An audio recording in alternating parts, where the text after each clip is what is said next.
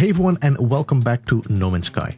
In today's video, I wanted to share a quick and easy way to make nanites from curious deposits. Now, this method has always been a little bit controversial, as it's possible to keep respawning these deposits and continue making nanites.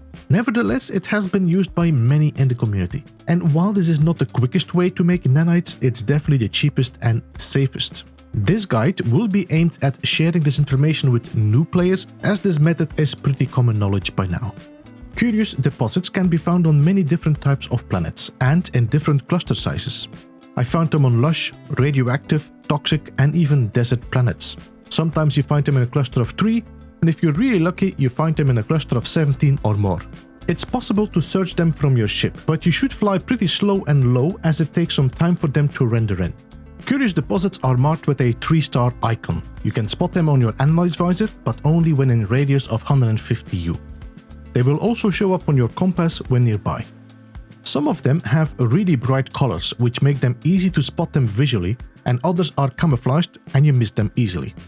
When you shoot them, you will notice they dislodge from the surface, and if you're on a slope, they will start rolling down it. It's always good to check where they roll towards before you build your base.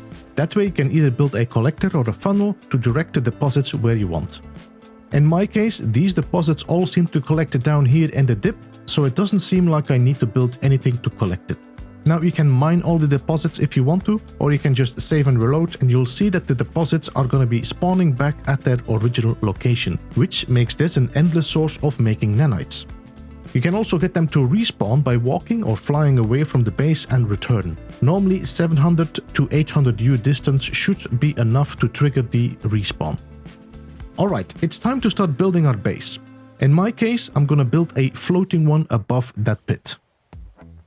So we know that all the balls here are going to be rolling down into this pit. If you don't have this natural pit, you can provide yourself with a funnel. So for example, you could build a whole set of walls there that all guide your curious deposits into one area where you can mine them. But because I have this pit, I don't really need to do it. So we're gonna keep this pit on the bottom here as the collector, and we're gonna build our base above it. So what I'm gonna do, we're gonna build, see if I can find a bit of the center here. I'm gonna build up about this height.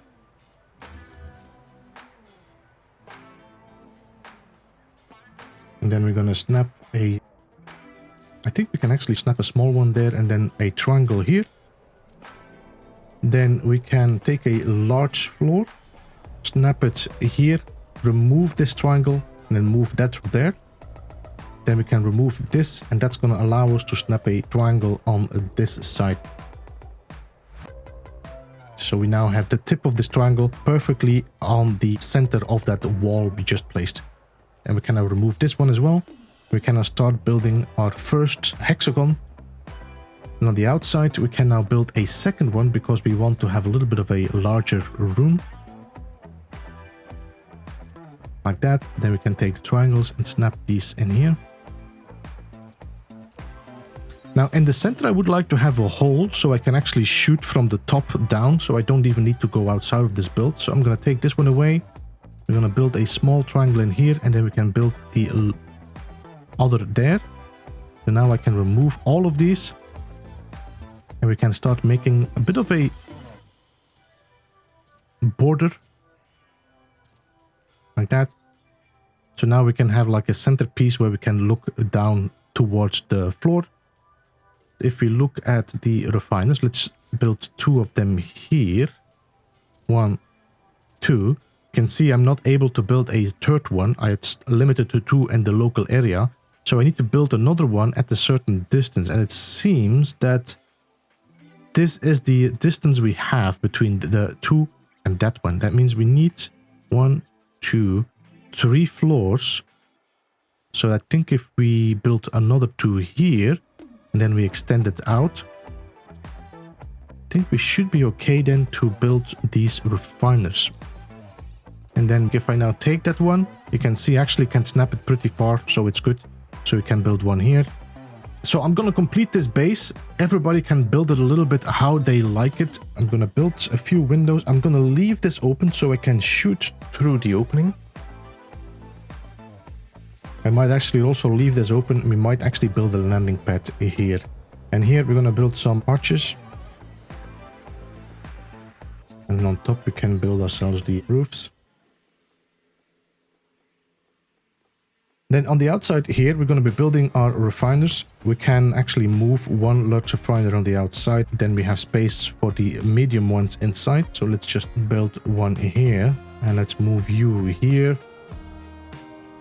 And we can cycle to the other one and just build 3 of these in here. 1, 2, 3. And do the same on the other side. Right, and on the outside here, I want to have a landing pad. I'm thinking about dropping it just 1 step though, so that the landing pad is going a little bit deeper. I think that should do the trick. So let's take that one. I'm going to remove this arch for a second, and I'm just going to drop it down. So it goes 1 step down. We can replace it and bring it back. Because now if I take the landing pad, you will see that the landing pad actually is snapping on that. We can give it a, let's give it a bit of a rusty color. You know. Let's remove this and move you back up. And then we can take the floor. There we go.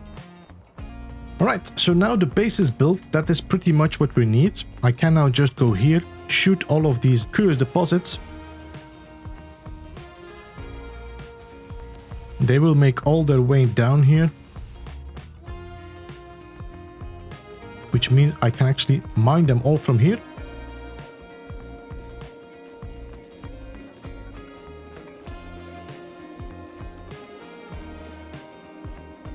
If we check now the inventory, we should have actually quite a lot. That's 2,000, 3,000, 3,127. So this is a pretty nice collection of Runaway Mould. Now the first thing I want to do as well with this Runaway Mould, I want to move it up here, because otherwise it's going to be a challenge to every time put it into our refiners. So I'm just going to move everything up. There we go. So now we have all the Runaway Mould on top of our cargo.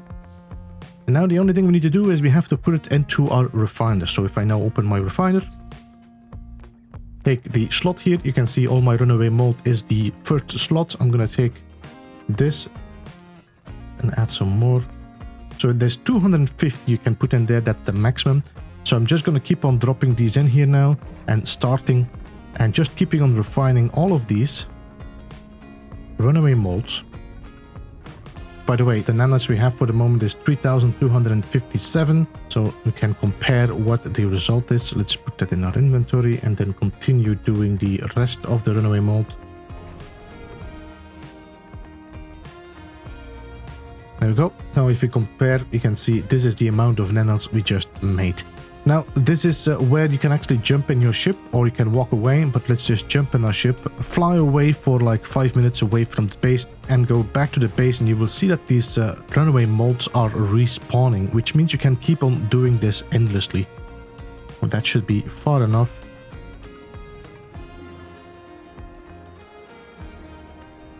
There you go. You can see that the Runaway Mould is just respawning. And you can start over again. Now, because we're doing this on permanent, we also have a limited amount of inventory. That means that it's not really possible to do any multitasking. If you're doing this on normal, you can just mine all the deposits, drop them in one refiner, fly away, come back, mine the next collection, put them in the second refiner, fly away, come back, and keep on doing that. Now, in normal, you can put a whole stack in that. That means that the refiner is going to take about 20 minutes to refine. So that's a lot of time you're going to either be spending waiting or flying back and forth and mining. You will always have a point where you have to wait 20 minutes until the refiner is finished. So this side of the technique might be a little bit boring. It definitely is not the best way. It's definitely not the most efficient way, but it is the safe way. If you're comparing it with the better ways, you will need more money or it will risk your life. And maybe you don't really want to do that in permanent. But maybe I talk about the better ways in another review video when I do one again. But I wanted to share a video about how this technique works, especially for the newer players, because I've seen a lot of people still wondering about how this works. So this was a short guide with a little bit of an explanation how you can build your base. And I hope this is helpful for you. If you like this video, then a thumbs up would be highly appreciated. Thank you so much for watching, and I will see you again next time. Beeblebum out.